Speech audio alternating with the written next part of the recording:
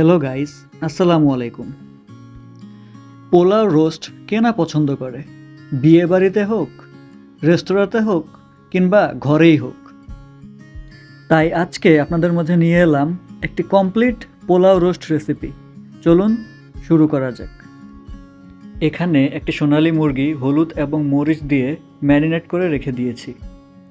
তারপর একটি বাটিতে 1 কাপ টক দই, 50 গ্রাম কাজু বাদাম, 2 চামচ আদা রসুন বাটা, 2টি টমেটো, 3 থেকে 4টি মরিচ এবং 1 টেবিল চামচ হলুদের গুঁড়া, 1 টেবিল চামচ মরিচের গুঁড়া, 1 টেবিল চামচ ধনিয়ার গুঁড়া, 1 টেবিল চামচ জিরার গুঁড়া এবং 2 টেবিল চামচ রোস্টের মশলা দিয়ে ব্লেন্ড করে নিয়েছি।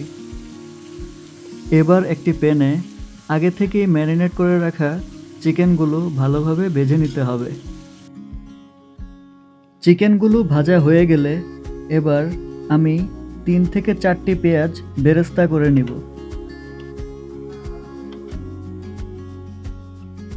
এবার মূল রান্না যাওয়ার আগে আমি এখানে কিছু পেঁয়াজ এবং মরিচ কেটে নিয়েছি এবং কিছু গরম মশলা নিয়ে নিয়েছি। এবার একটি প্যানে তেল গরম করে নিয়ে তাতে গরম মশলা এবং পেঁয়াজগুলো দিয়ে কিছুক্ষণ নেড়ে নিব।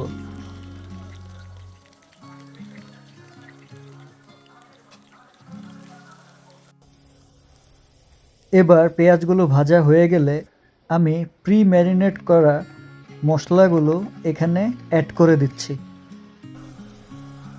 মশলাগুলো কষানোর এক পর্যায়ে আমি ভেজে রাখা চিকেনগুলো এখানে অ্যাড করে দিলাম। এবার চিকেনগুলো সহ ভালো মতো কষিয়ে নেওয়া হয়ে গেলে আমি এখানে 1 কাপ পরিমাণ দুধ অ্যাড করে দিব। এবার ঢাকনা দিয়ে ঢেকে মিডিয়াম হিটে 10 মিনিট রান্না হওয়ার জন্য অপেক্ষা করব।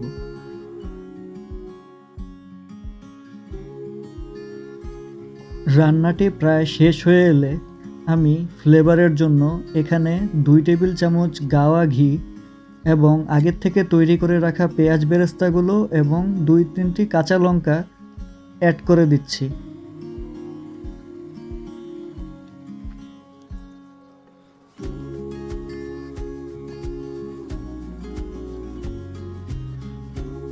রান্না হয়ে গেলে এবার আমি পরিবেশন করে নিচ্ছি।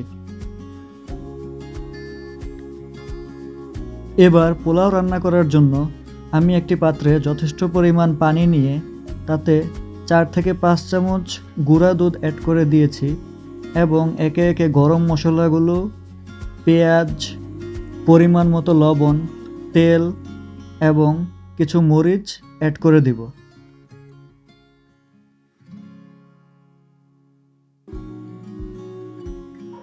আমি এখানে আগের থেকেই 1 কেজি পরিমাণ পোলার চাল ধুয়ে পানি ঝরিয়ে নিয়েছি। এবার পানি গরম হয়ে গেলে আমি এখানে চালগুলো দিয়ে দিচ্ছি। এ পর্যায়ে আমি চালগুলো ভালোভাবে নেড়ে রান্না হওয়ার জন্য ঢাকনা দিয়ে ঢেকে দিব। রান্না প্রায় হয়ে গেলে আমি এখানে 3 থেকে 4 টেবিল চামচ ঘি দিয়ে দিচ্ছি এবং পেঁয়াজ বেরেস্তাগুলো দিয়ে পানি শুকিয়ে চালগুলো ঝরঝরে হওয়া পর্যন্ত অপেক্ষা করে নিচ্ছি।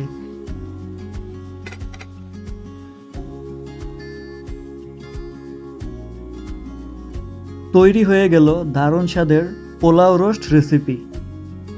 এভাবে রেসিপিটি রান্না করলে আশা করি সবার ভালো লাগবে। ভিডিওটি সম্পূর্ণ দেখার জন্য আপনাদেরকে অসংখ্য ধন্যবাদ।